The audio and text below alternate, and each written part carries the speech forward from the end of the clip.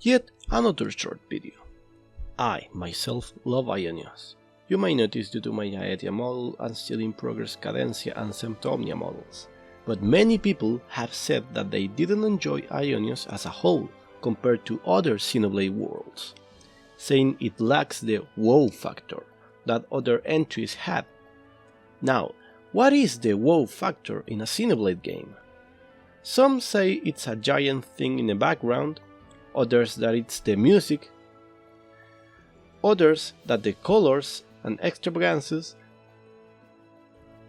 or that there are too many planes, even if there were more flat planes in older games too. Although I, a Xenoblade geography enthusiast, love each region and can identify what composes them, like Danag and Rivet Flats being Torna's Desert and Lazaria region, even bigger than in the original game.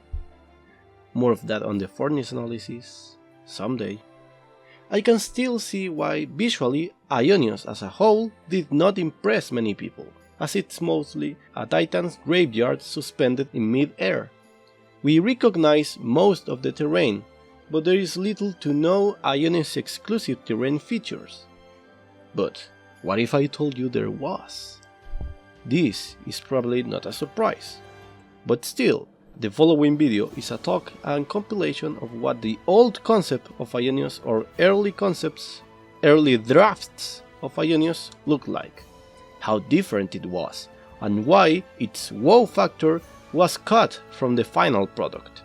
Some of these ideas were briefly discussed in our concept art analysis video. Well, if I have uploaded that video by now. Anyways, here it's the main topic. Aionios was stripped from its main visual identity, the curved terrain, defying gravity. We only have Uraya in the back and some floating rocks every here and then.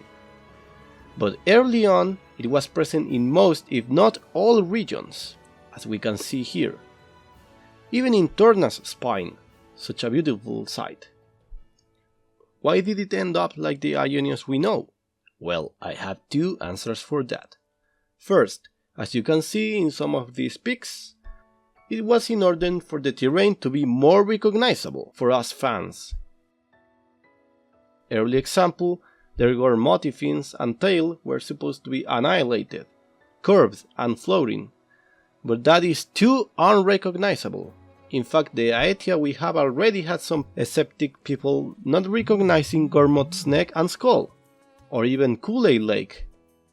If you haven't, give it a watch. And that fin or tail in Null Outlook is one of the most recognizable landmarks in 2 and Torna.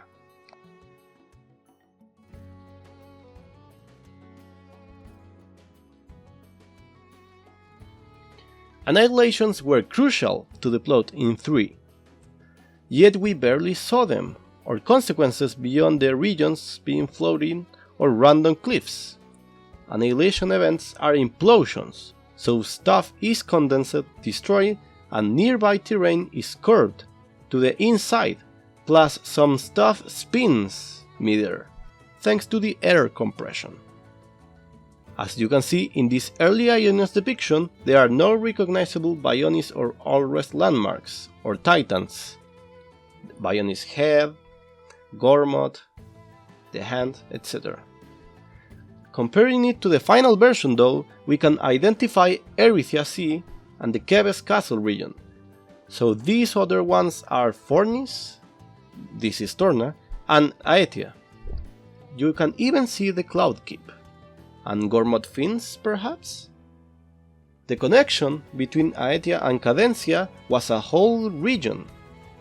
You can see how there were more annihilation holes, deformed terrain, still suspended but with more verticality, which is one of the reasons people didn't like current Aionios that much.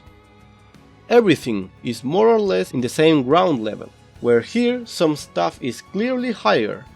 Imagine the views. Looking back at this huge continent emerging, not fully mixed, a mess, more curved terrain, and domes thanks to annihilation events. Truly a wasteland, aligned with what we read on an interview, that early on it didn't look or feel Xenoblade enough, so it was modified, changed to find a balance. So, basically, the wacky terrain was downgraded to more ground-to-earth recognizable Titan landmarks, more intact than it should have been. Isana Plains, Floating Kulei Lake and Dagnak Desert are the closest depictions of this kind of wasteland or annihilated terrain. The other answer is, and not necessarily contradicting the previous one, is that it was to differentiate it more from Xenoblade X, whose visual identity also had curved terrain and floating rocks, so as to not repeat the same theme.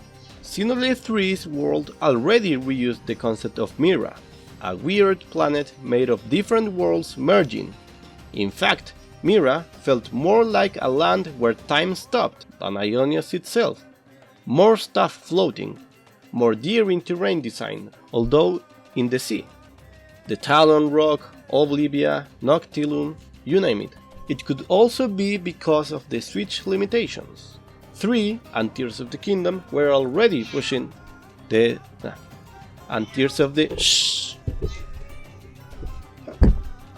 3 and Tears of the Kingdom were already pushing the system to its limits. Plus, this game was being worked on during the COVID times. Another answer I could give is that this curved, gravity-defined, almost Mario Galaxy-like Aionios could be seen in the next Xenoblade game. After the worlds merged correctly, the terrain still got deformed, but eons have passed until the Icarus arrives or whatever happens. I still believe we can see this world in its prime, bigger and greater, with said curvy terrain, although now on the sea, instead of floating. Anyways, what do you guys think? Do you think we'll see the true prime Aionios, now called something else in the next game? Would you have preferred this curvy terrain in Xenoblade 3? Let me know in the comments below. Anyways, that would be it for today. Have a good one.